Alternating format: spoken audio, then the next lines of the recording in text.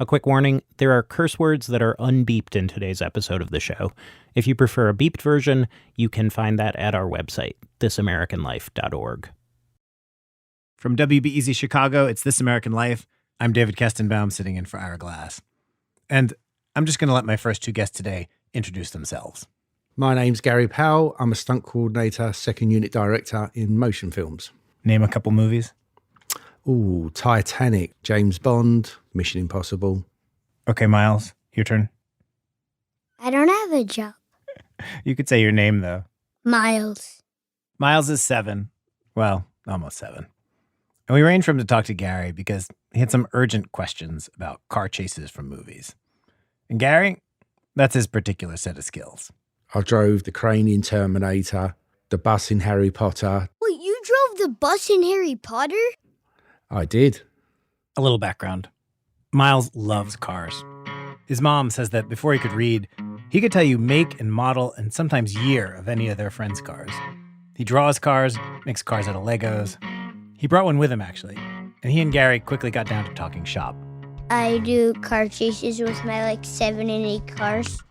Right. So do you choreograph little car chases for yourself then? Yeah. That's cool. You know what you should do? Before this conversation with Gary, Miles showed me this one kind of amazing drawing he'd done. It's a scene from a particular movie.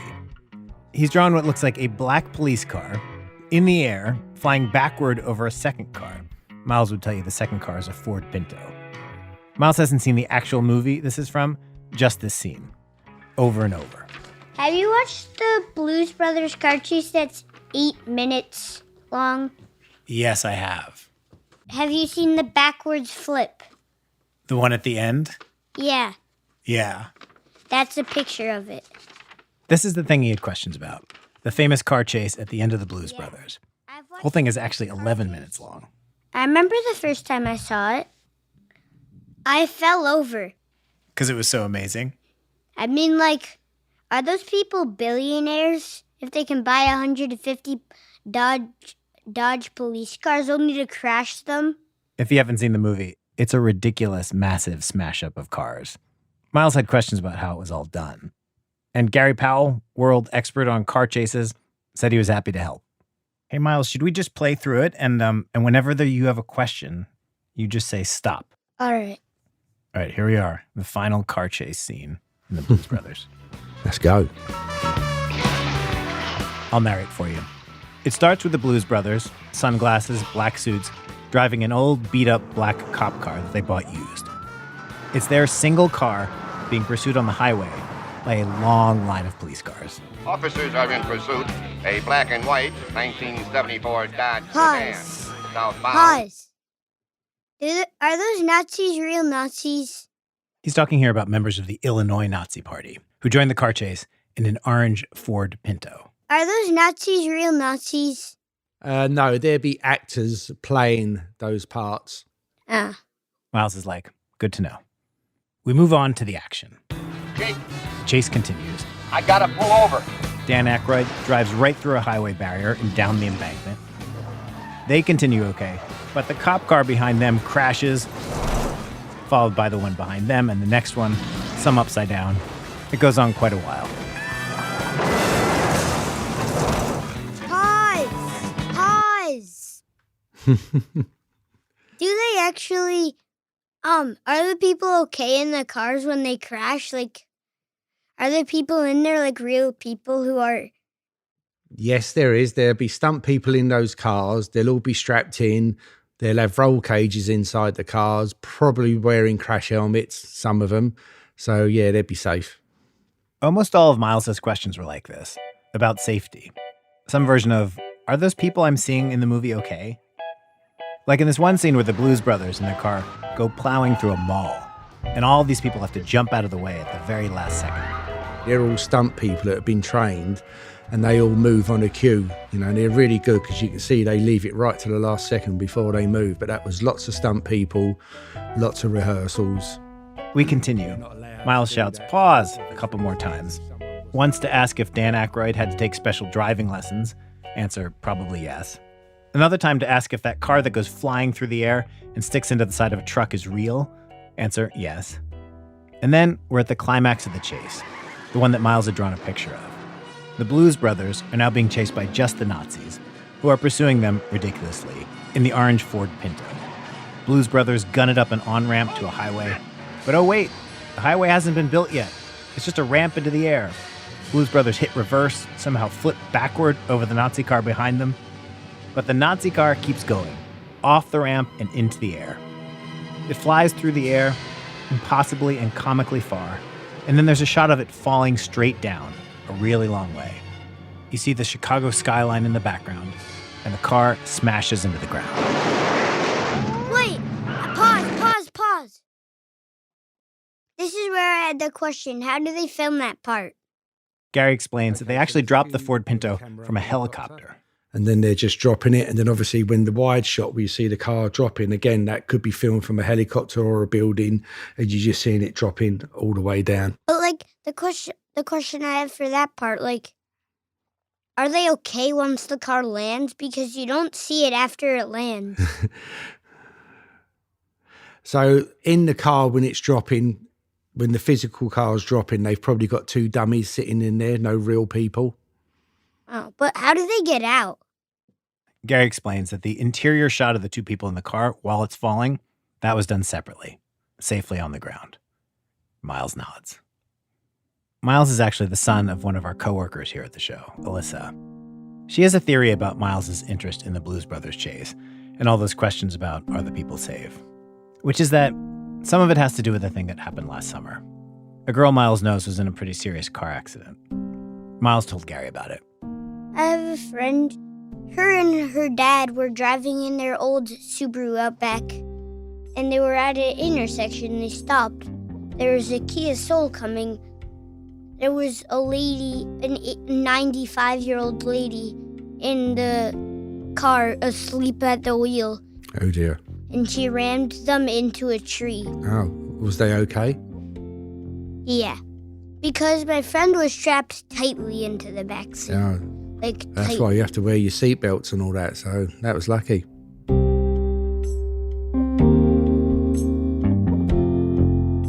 Hey, Gary, how often when you're shooting like a car chase does somebody get hurt in the making of it? It's rare.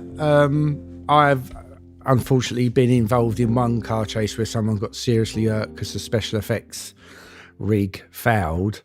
And that is obviously not a nice experience, but I think it's, out of the 35 years that I've doing it, I've only had one serious accident in a car chase. Other than that, you might get a bit of like whiplash or something like that, but that's, for us, that's nothing. Miles, can I ask you a question? What? Now that you know how this stuff is done, do you think it's better to know how they did the stunts or better not to know? Better. It's good to know how they do that, so you know that none of the people like are just random people who have like a chance of dying in the film or something. So that's the reason it's good to know.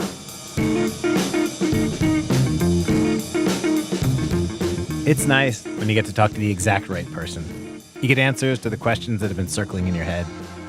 And sometimes, reassurances you didn't even realize you were asking for.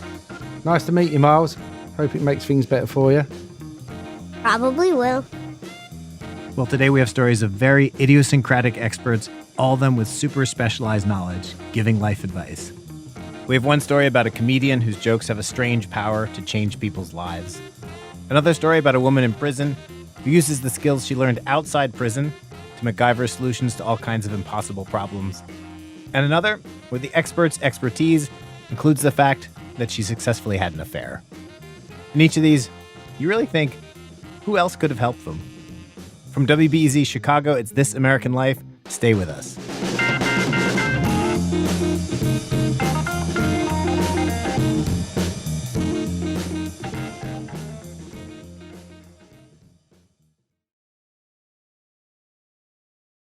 It's This American Life, Act 1, Ask Daniel. This one starts with someone who gets some advice, though, interestingly, when it begins, they're not looking for advice. Aviva DeKornfeld has this one. David was in a situation that so many people find themselves in at one point or another. He was in a relationship that, by every metric, was pretty good. And yet, somewhere in the back of his mind, he found himself wondering if it was good enough. David was 24 and had been dating his girlfriend for 3 years at that point. I don't know if you've ever went through this yourself, where you just have this, like, a niggle, you know? And you go, I don't know what the niggle is because everything's perfect. And the niggle being like a little hint of doubt? Is that what that is? Yeah. A slight doubt, slight confusion. It just didn't have that oomph. I'd say we were vanilla beige, but lovely. What does that mean? So, I mean, you wouldn't be thinking that we were maybe flying off to France and having a romantic getaway together. There was nothing wrong, but no... Passion. Yeah. Yeah, there was zero French in any of the relationship. It was a very British relationship. One night, David's at a party without his girlfriend, talking with some people. And his friend Daniel, who's newly single and thrilled about it, starts telling everyone about his grand theory of love. He'd just come up with it. The theory went like this. Our life is like a jigsaw puzzle. And as we grow up, we slowly piece the puzzle together, bit by bit. But the thing is, we've all lost the box to our individual jigsaws, so none of us know what image we're trying to make. So we start with the 4 sides, our family, friends, job, hobbies. And then we're all taught that the piece at the very center of the jigsaw, the one we need to complete the puzzle, is our partner. And this is the important part. People are so desperate to find their missing puzzle piece that sometimes they try to cram a piece that obviously doesn't fit, or strip out other parts in order to make room for that centerpiece, because they believe that to be better than being alone. David is listening to all of this. I just had that holy shit moment of, this is my life you're describing right now, and I didn't realize it. David hadn't ever considered breaking up with his girlfriend, because there was nothing to break up over. But hearing Daniel talk about this jigsaw analogy, David begins to panic. And then I had this moment, and I was like, what do I do? Like, what do I do now with this information? And he's like, well, I think you know what you need to do in this situation. Oh, you literally asked him that. What do I do? Oh, yeah. I was really taken back. Daniel's analogy worms its way into David's brain. And once it's there, he can't shake it. So he breaks up with his girlfriend. And he actually explained the jigsaw analogy to her, as if anyone wants to hear that they're a misshapen puzzle piece, which he tells Daniel the next time he sees him. How did it feel when he told you that they'd broken up because of what you'd said? I mean, he was happy. Yeah. So it felt good. And, I never thought that they were the perfect couple. I never thought that they would be together forever. Like, when they were together, I was like, oh, this ain't it. She's great, you're great, but you together ain't great. This is Daniel, David's friend. Another friend of theirs who also heard Daniel's analogy. He broke up with his partner, too. Daniel had hit on something. He's a comedian, Daniel Sloss, maybe you've heard of him. And feeling the wind of his friend's breakup under his sails, Daniel starts trying out this bit in bigger venues. He told it on stage at the Edinburgh Fringe Festival, performed it for a month straight. Imagine all of our lives are like our own individual jigsaw puzzles. And as we're going through life, we're just slowly piecing it together, bit by bit. And one night, after the show, I was at a nightclub and a girl came up to me and she was like, I saw your show a week ago and I broke up with my partner. And I was like, oh, cool, awesome. Like, are you better for it? She was like, yeah, I'm way better for it. I'm much happier. That's why I'm out.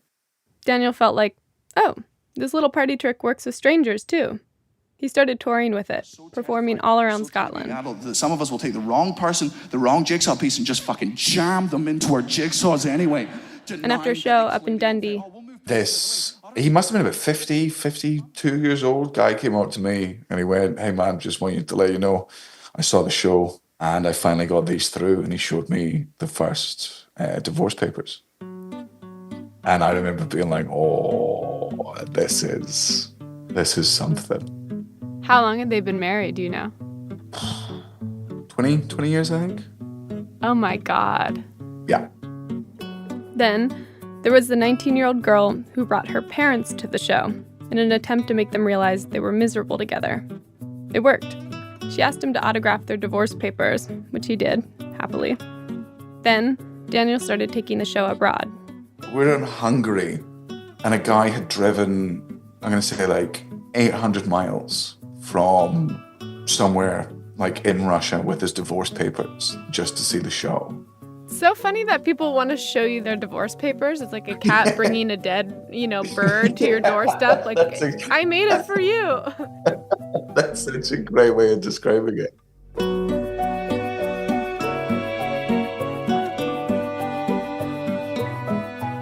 Daniel eventually turned this analogy into an hour-long special called Jigsaw. It's on Netflix. And the part in the special where he talks about love and couples stuck in bad relationships honestly feels more like a TED Talk than traditional stand-up. You can spend 5 or more years with someone, and only then, after all the fun you had, be looking at the jigsaw and realize you're both working towards very different images. Only then realize that you want different things. And in that moment, you have a very, very difficult question to ask yourself. 1, do I admit the last 5 years of my life have been a waste? 2, do I waste the rest of my life? My generation has become so obsessed with starting the rest of their lives that they're willing to give up the one they are currently living. We have romanticized the idea of romance, and it is cancerous. I am very aware that this is not a particularly funny bit of the show. Toward the end of the special, Daniel says, if you break up with someone after watching this, please let me know.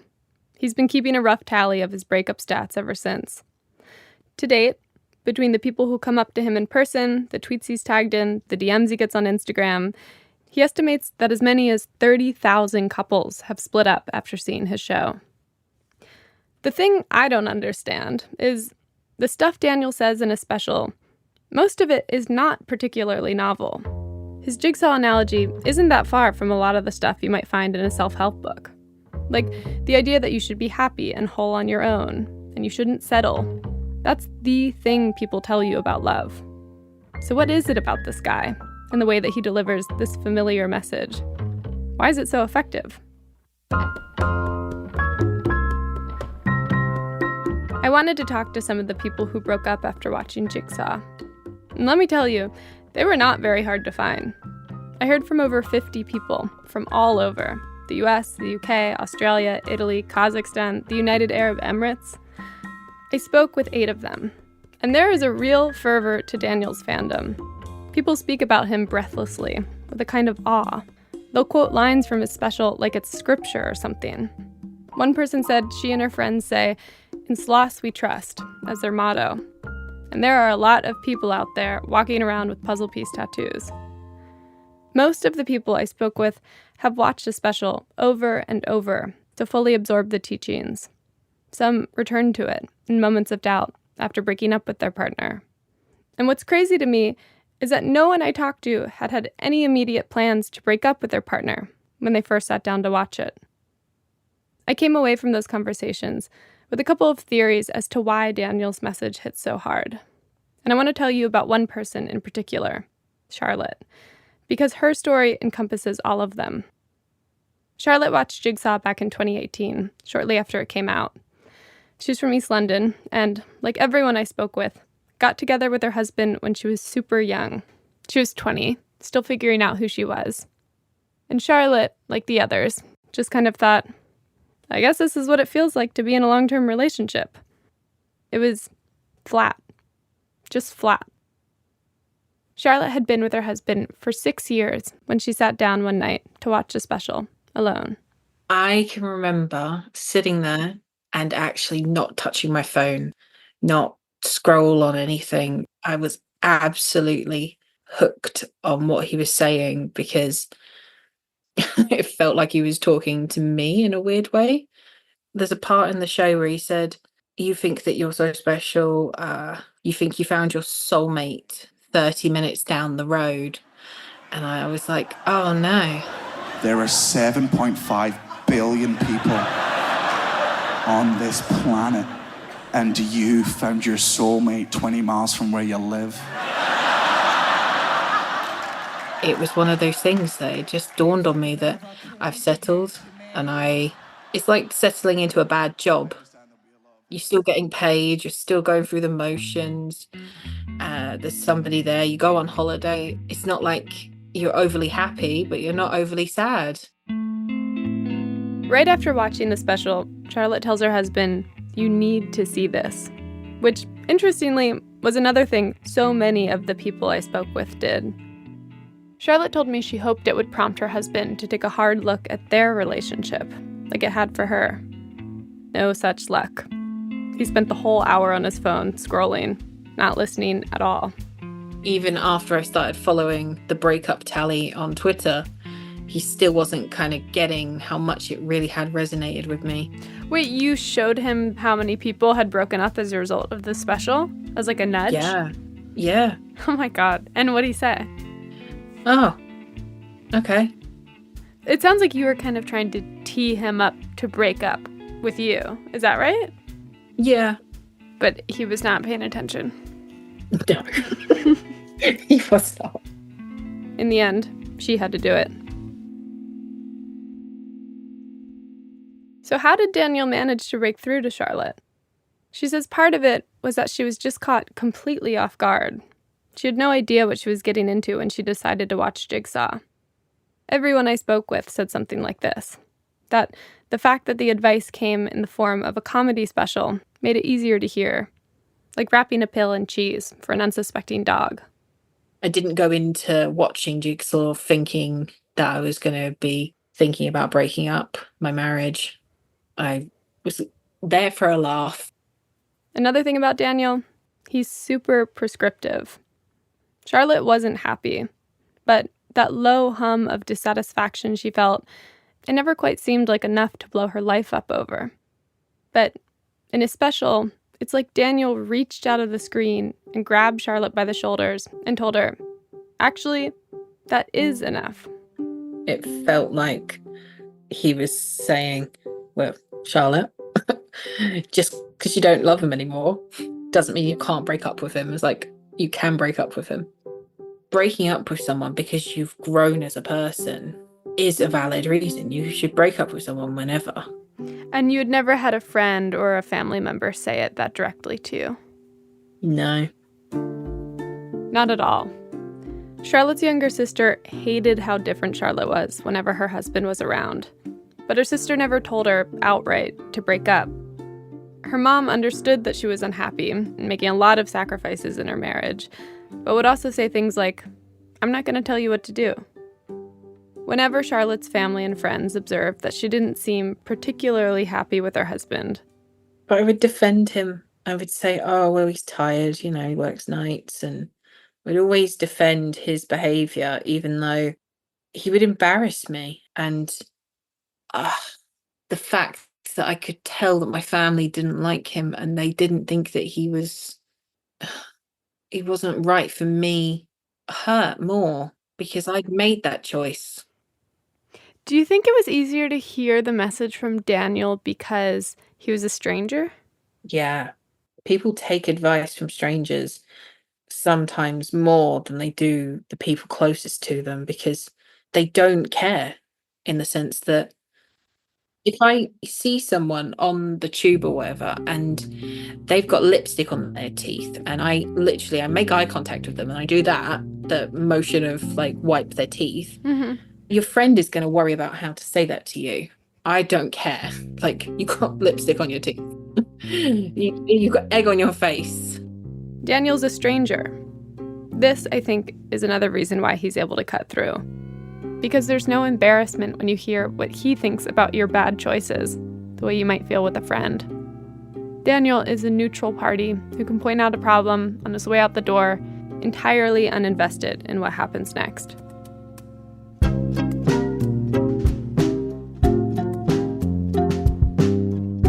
I think there's one more reason so many people split up after watching Jigsaw. Maybe the most important factor in all this. I first heard about Jigsaw when it came out in 2018.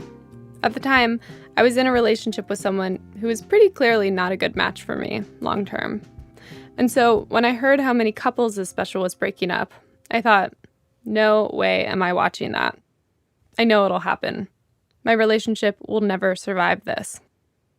I'm not in that situation anymore. So recently, I decided it was finally safe to see the show.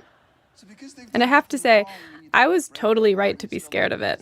There are moments in there that I know would have gotten me back then. Like this terrible thought about being in a relationship that you don't know how to leave. But you just sit there and you wait looking for an excuse to get out. Just waiting for them to do something unforgivable so that you can actually break up with them with a real excuse and leave with your head held high. But because unlike you, they're not a piece of shit, they won't do that. So you have to start lowering your standards for what unforgivable is. One weekend, you're like, if they cheat on me, this is perfect. I can leave with my head held high and I will not look like a dick. 9 weeks later, they're faithful and you're like, man, if they buy orange juice with pulp in it, that is... I can't live like that. All I'm asking is, if you've ever been in a situation like that, in a relationship where you felt trapped, like you couldn't get out of it and it was just easier to stay in it, all I'm asking is if even for the briefest of seconds, have you ever accidentally caught yourself thinking how much easier life would be?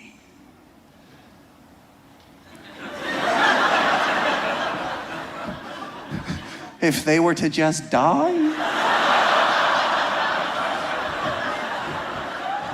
And not because you want them to die, but just because them dying is like the easiest way for you to get out of that relationship. And it doesn't involve either one of you getting hurt emotionally.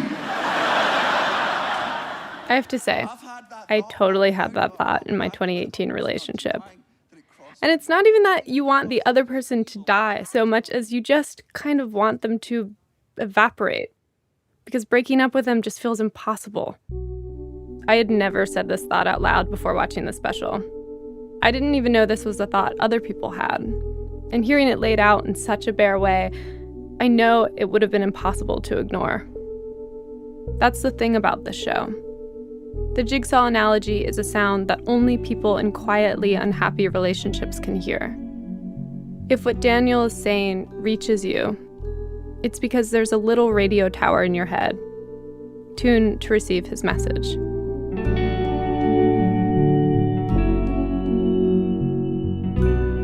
Aviva DeKornfeld is a producer on our show.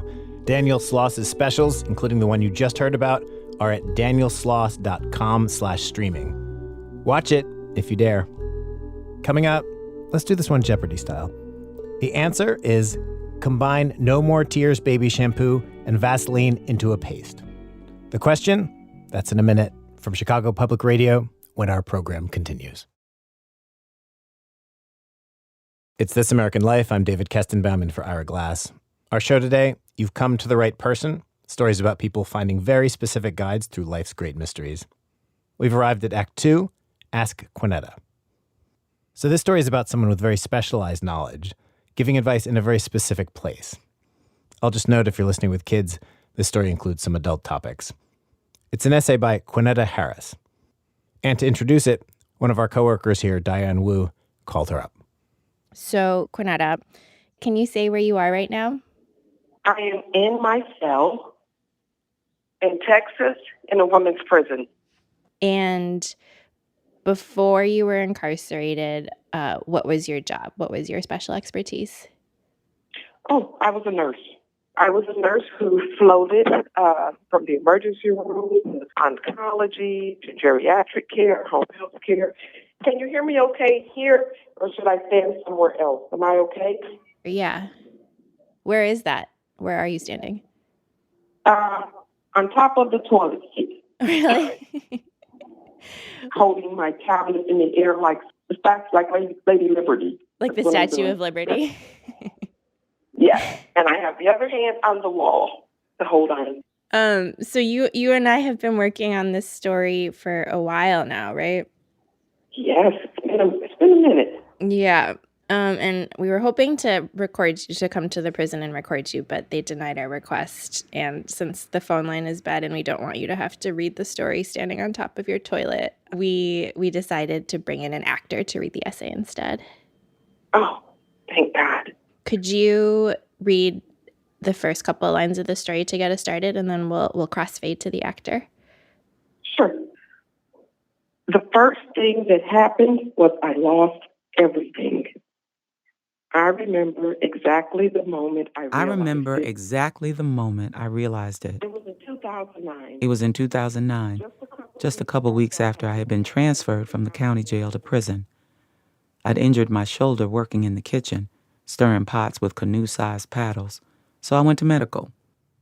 I entered a crowded waiting room, interrupting a lecture by a med tech and a guard, when they asked me what did I want.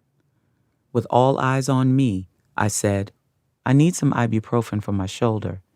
The med tech launched into a sermon. Stop looking for a quick fix. Stop popping pills. Try to stay clean. Pray on it. Drink more water and lose weight. All that for a few Motrin. As she talked, I noticed she was wearing the exact same scrubs I had in my bedroom closet at home. Light blue ones with the pink breast cancer awareness ribbon all over them. It hit me like a body punch to see her in those scrubs, talking to me in such dehumanizing language. Before, she would have been one of my colleagues. Now I was on this other side, and there was no way back.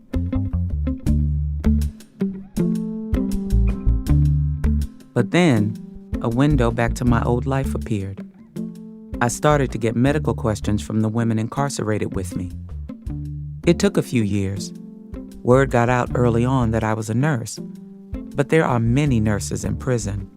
Some of them are in prison because they were doing nefarious things as a nurse, so people didn't want to ask them for help. But once it was cleared up that I wasn't one of the nurses that hurt their patients, I slowly started getting questions. People would come and talk to me in the yard or in the shower, or when people were too ashamed to ask out loud, they would write it down on a tiny slip of paper and get it to me. First, it was just the girls in my dorm. Then, they started asking for their friends, who told their friends. Now, over a decade later, I get notes from almost every women's prison in Texas. These notes are surreptitiously passed during mealtime or laundry exchange, tucked into dirty socks or folded under a tray, passed between women from different prisons on the bus to the prison hospital. Many are from strangers who have just heard that they can write to Mama Detroit.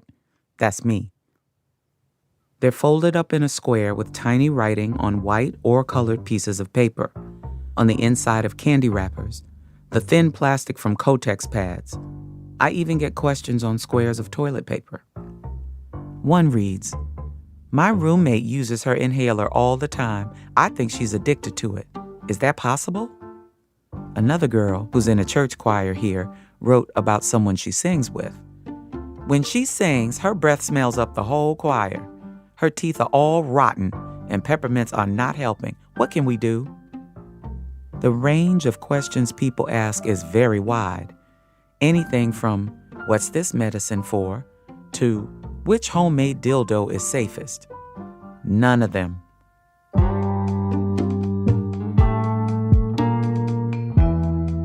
Everyone involved in passing the notes is taking a risk. The writer, the person delivering the note, me. If you're caught with a note on you, it can be a disciplinary infraction, possession of contraband.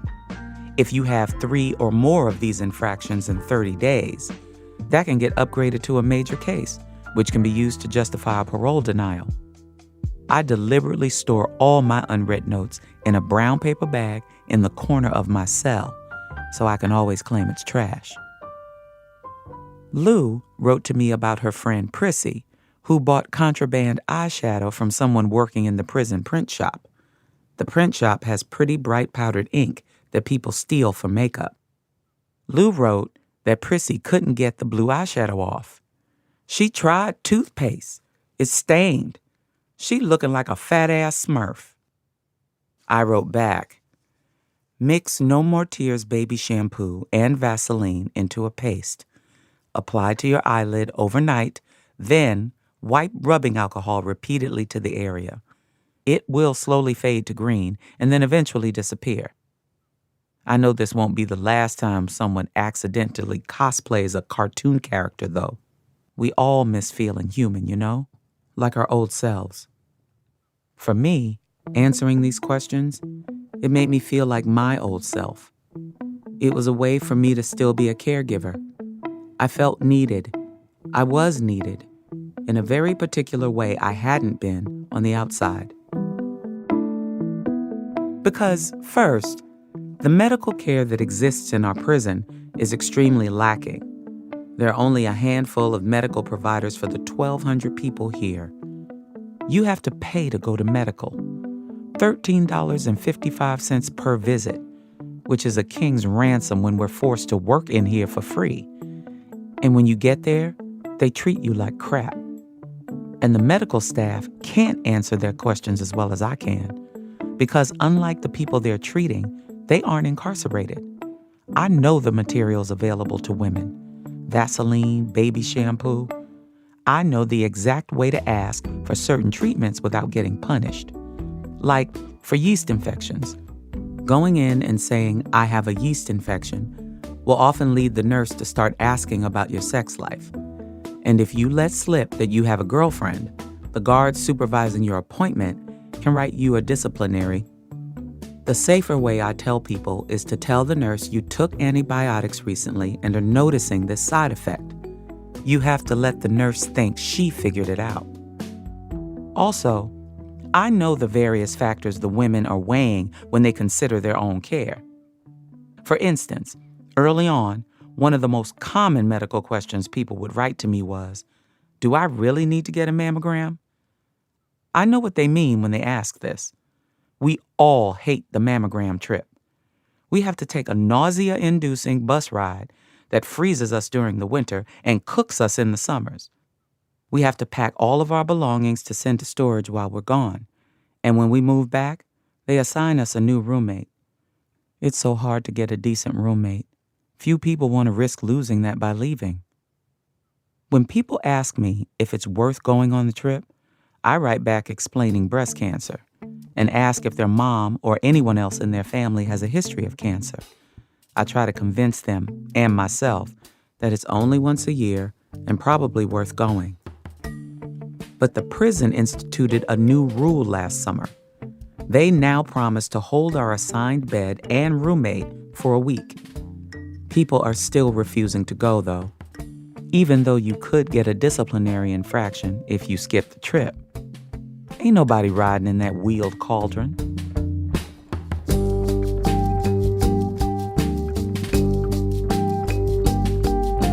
More questions I've received. My roommate got lupus. Can I catch it from her? No, you don't have to worry about that.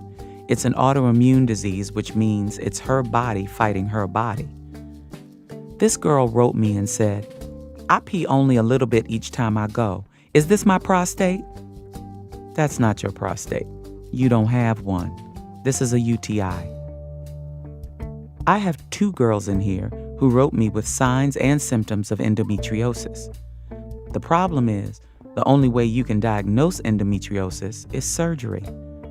I'm still figuring out what to write back to them.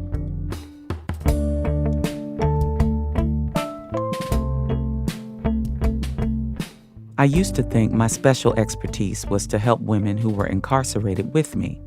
But then I started getting mail from released friends too. Like one from my friend I'll call Flocka, who asked me, what can she drink to get rid of her pregnancy? She was sexually assaulted by a guest at the motel where she works. Abortions are illegal in Texas.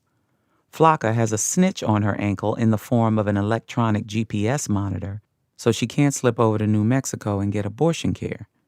She can't get medical abortion pills mailed to her in the faith-based halfway house that opens all incoming mail. Flocka still has to figure out how to get health care while being surveilled and restricted.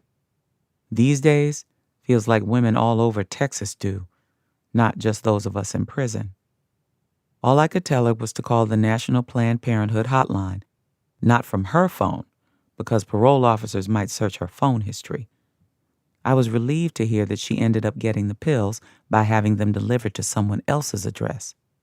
I just hope it's a friend, somebody who won't try to extort or tell on her. Flocka is still on parole. Since receiving Flocka's letter a year ago, I have received 8 more letters from women asking for abortion care resources.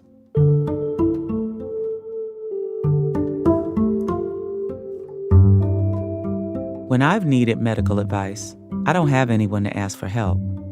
I've had to figure out how to be my own Mama Detroit. About 9 years ago, I was sent to solitary confinement, and a few years in, I started to feel like I was losing it. I couldn't sleep, and I started to get incredibly emotional. One day, one of the girls below me told 3 of us through a shared heating vent, that's our phone, about a letter from her father asking for forgiveness. As I stood listening at my vent, I just couldn't stop crying. This was not normal for me, but I had read about how in solitary, people react differently to extreme isolation. Then my memory started to go. I started needing to use my cell walls as a whiteboard to jot down reminders from myself. The date of my daughter's next volleyball game, or what 3 things I wanted to talk about at my next doctor appointment. My memory has always been really, really good. My second husband used to say that we got divorced because of my memory, because I just couldn't let things go. It was hard to let go that he kept cheating. So, when I started not being able to remember anything, it was a really scary moment for me. I couldn't focus on what I was reading. My body ached. It was late 2020, and I thought, this is long COVID. This is solitary confinement. Finally, one of my friends on the outside wrote to me saying, "You think it might be menopause?"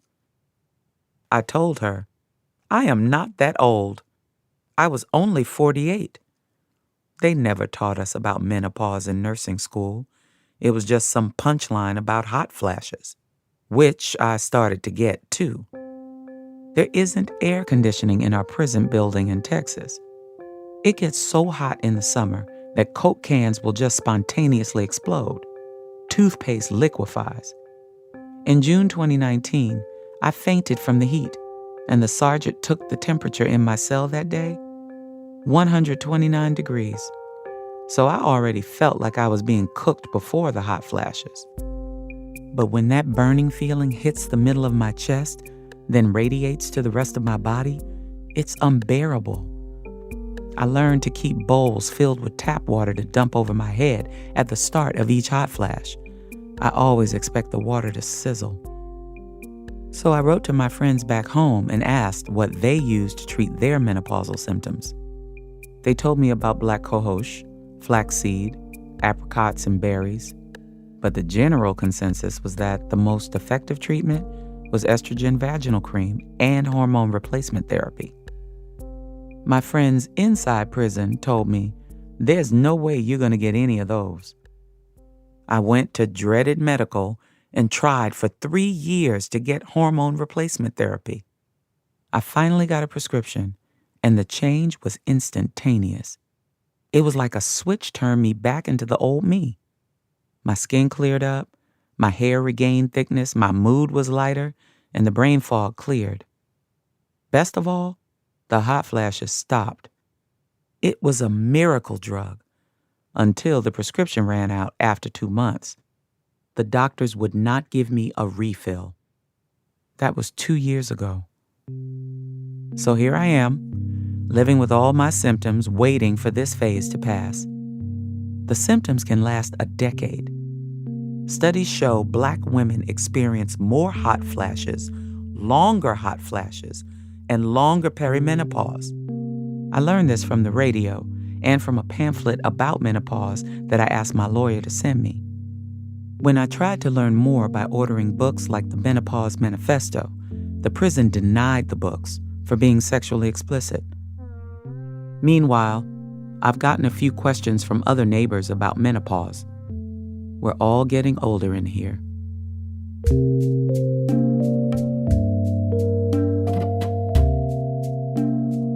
After all these years, I'm not tired of answering questions yet, but I am tired of answering the same questions. I am tired of repeating the same answers. Depot shot is the name of the birth control everyone wants because the guards don't hand out enough pads and tampons. The flu shot will not give you the flu. No, the COVID vaccine didn't have a chip in it. Tampons don't cause cancer. they don't cause infertility. I thought by 2025 we'd move on to something else. But the girls still aren't getting this information anywhere else. I wish I could put the 10 most asked questions on a flyer and just pass them out. But that's not how it works in here. So I keep writing.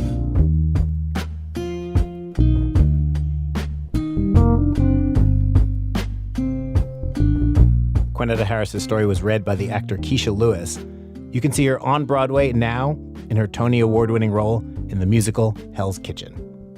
We did reach out to the Texas Department of Criminal Justice for comment. They told us that guards are not supposed to be writing disciplinary infractions for notes unless they are violent or drug-related, and that the Menopause Manifesto is on the approved book list.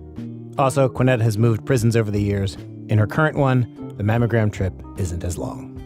Our story was produced by Diane Wu. You can find more of Kwaneta's writing on her Substack, Write or Die, Raw Dispatches from a Texas Woman's Prison.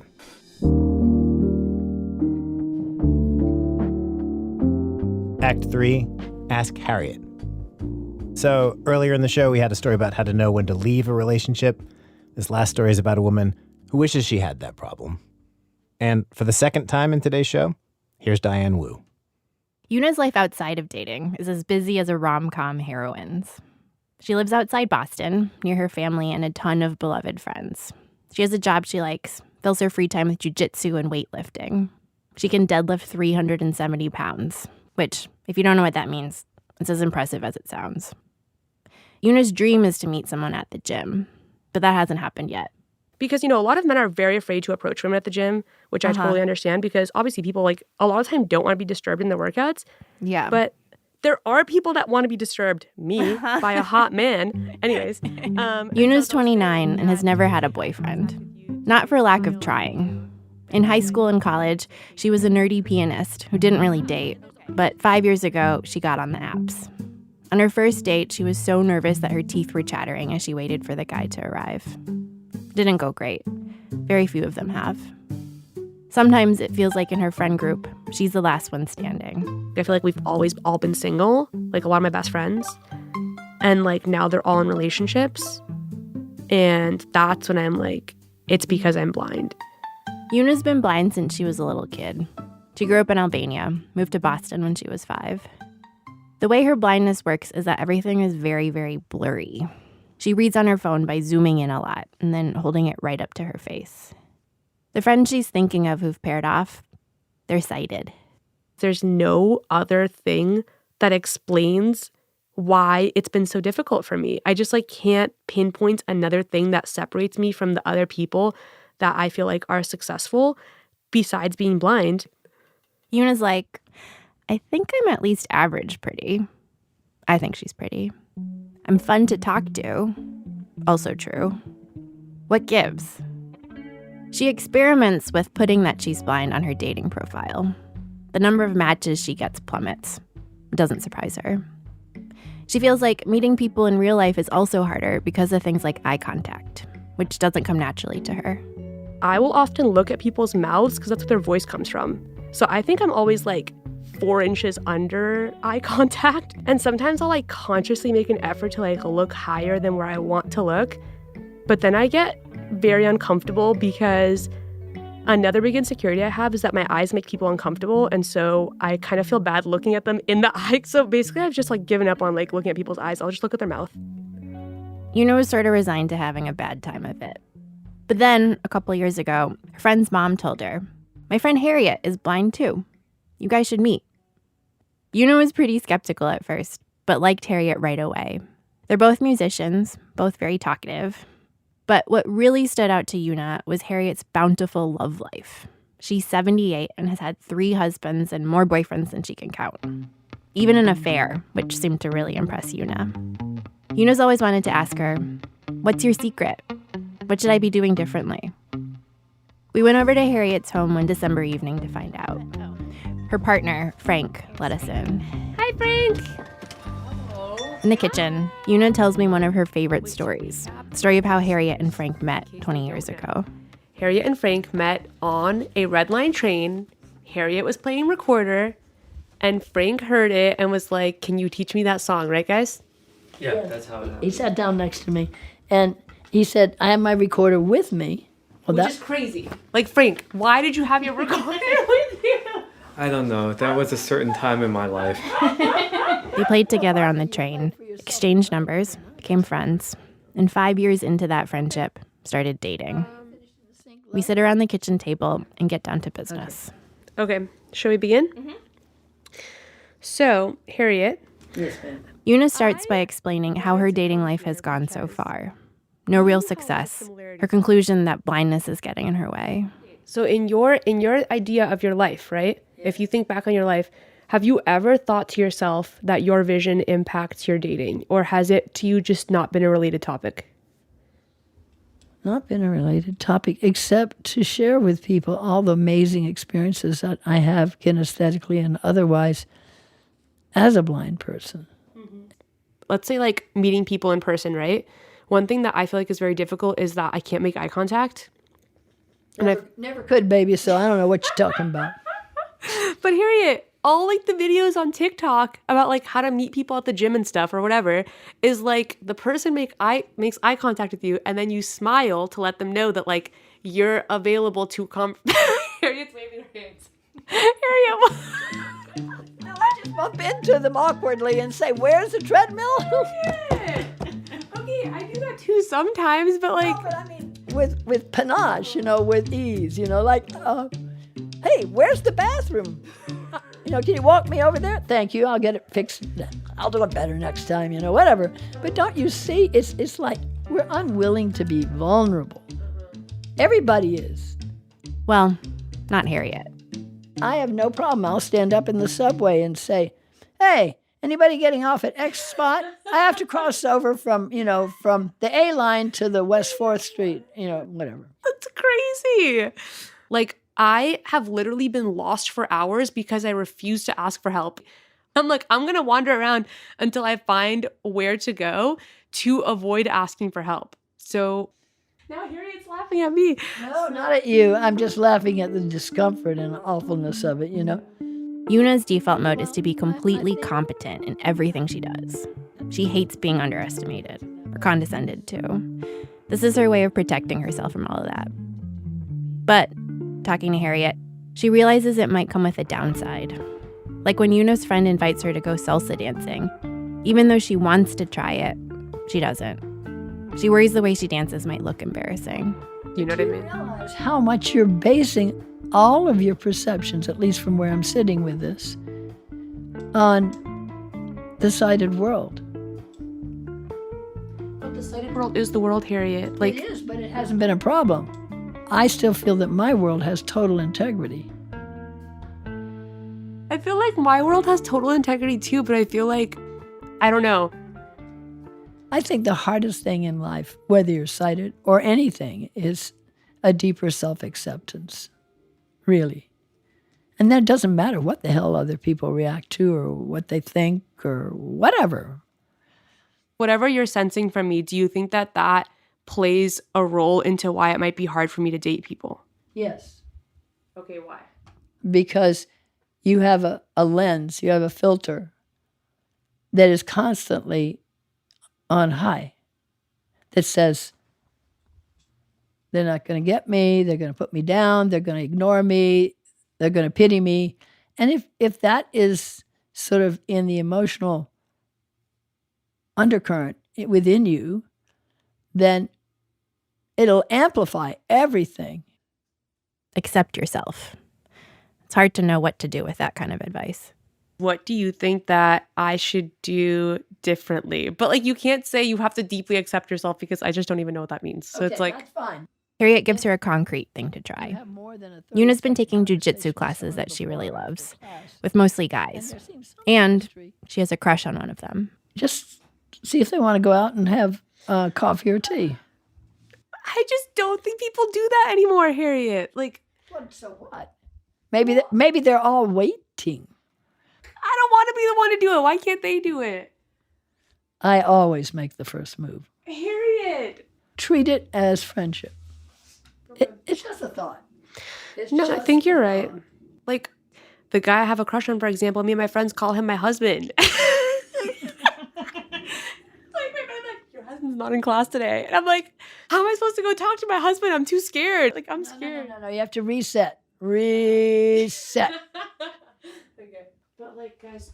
So last week, Harriet, I was in class and my jujitsu husband usually will ask me to spar once in class. And this time we only had one spar. Long story short, we didn't get to spar. And I'd only come to class to see my jujitsu husband. And so I saw him on the mat, right? And I was like, I'll go ask him. But I was scared. But I was like, I'll go ask him because he always asks me. I'll go ask him. And I went to go ask him. And he's like a very shy, like introverted person. And I asked him and he's like, yeah, like actually I was stretching because I was going to leave. But yeah, I guess we can spar, yeah. And I was like, oh, no, it's okay. We can do it next time. Yeah, okay. I like ran back to the lockers and he came up to me. He's like, no, let's do it. And I was like, no, it's okay. We can do it another time. He's like, no, let's spar. Like, anyways, it took him like 3 different times to be like, no, let's do it. And then we did. And I was like, I'm never talking to him again. Like, he can talk to me if he wants, but I am never speaking to him again in class because I was so embarrassed. The fact that he asked you 3 times is already not saying I want to be your husband, but it is saying I would like to do that. So it's authentic. I think he's asking from just my sense about it, from a very authentic place. And so build on it. Just get to know him. When you finish sparring, you could say, if you would like to go to brunch sometime, just the 2 of us after jiu-jitsu, let me know. Okay.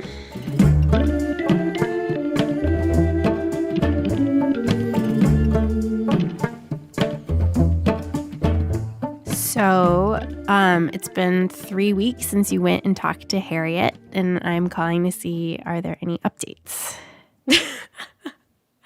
Oh my God. I feel like I'm on like one of those dating shows. Anyways, so I went the first time after talking to Harriet and I was like, you know what? Let me treat this person the same way I treat everybody else in this class and just like be normal and be his friend. Mm-hmm. And so I started talking to him and it was like the worst conversation I've ever had in my entire life. Like not because of me, like it was like talking to a brick wall, you guys. It was like so terrible. And I went to the dog park the next day and I was like, you guys, I think he has literally no personality. And they were like, then why do you like him? And I said, I literally think it's just because of his arms. And I've been so stupid. Very wise person once tweeted, a crush is just a lack of information.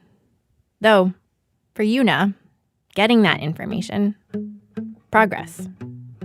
Juna, determined to follow Harriet's instructions, actually continued befriending the guy, who ended up being much more fun to talk to later. She still seems a long way from ever making the first move. But now, at least, she knows it's an option.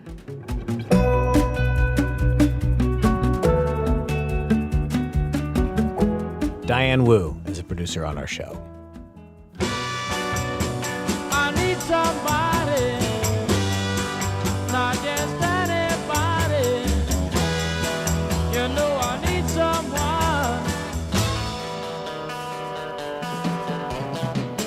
Well, our program today was produced by Tobin Lowe and edited by Ira Glass. The people who put together today's show include Thea Benin, Michael Comite, Manuel Jochi, Angela Gervasi, Cassie Howley, Hannah Jaffe-Walt, Seth Lind, Miki Meek, Catherine Raimondo, Stone Nelson, Nadia Raymond, Anthony Roman, Ryan Rummery, Melissa Shipp, Lily Sullivan, and Christopher Swatala. Our managing editor is Sarah Abdurrahman. Our executive editor is Emmanuel Berry. Special thanks today to Susanna Fogel, Susan Burton, Emily Nonco at Empowerment Avenue, David P. O'Neill, Thomas Reed, Evan Ferrante, Derek Campana, Dashka Slater, Jessica Peters, and thanks to all the people who spoke to us about their breakups caused by a comedian. One other quick note. We checked the police report about that car accident that Miles told me about at the beginning of the show involving, he said, a Kia Soul. Sorry, Miles. Turns out it was not a Kia Soul. The police report listed as a Chevy. I don't know make and model. We're going to try to find out for you. Our website, thisamericanlife.org. If you become a This American Life partner, you'll get bonus content, ad-free listening, and more. In our newest bonus episode, Ira plays 2 stories that never aired on the show. Not because they're bad, but for more interesting reasons, which he explains. To hear it, go to thisamericanlife.org/lifepartners. That link is also in the show notes. This American Life is delivered to public radio stations by PRX, the Public Radio Exchange. Special thanks, as always, to our program's co-founder, Mr. Tori Malatia. He's seen Elon Musk's Roman salute and Steve Bannon's, and just has one question. Are those Nazis real Nazis? I'm David Kestenbaum, back next week with more stories of This American Life.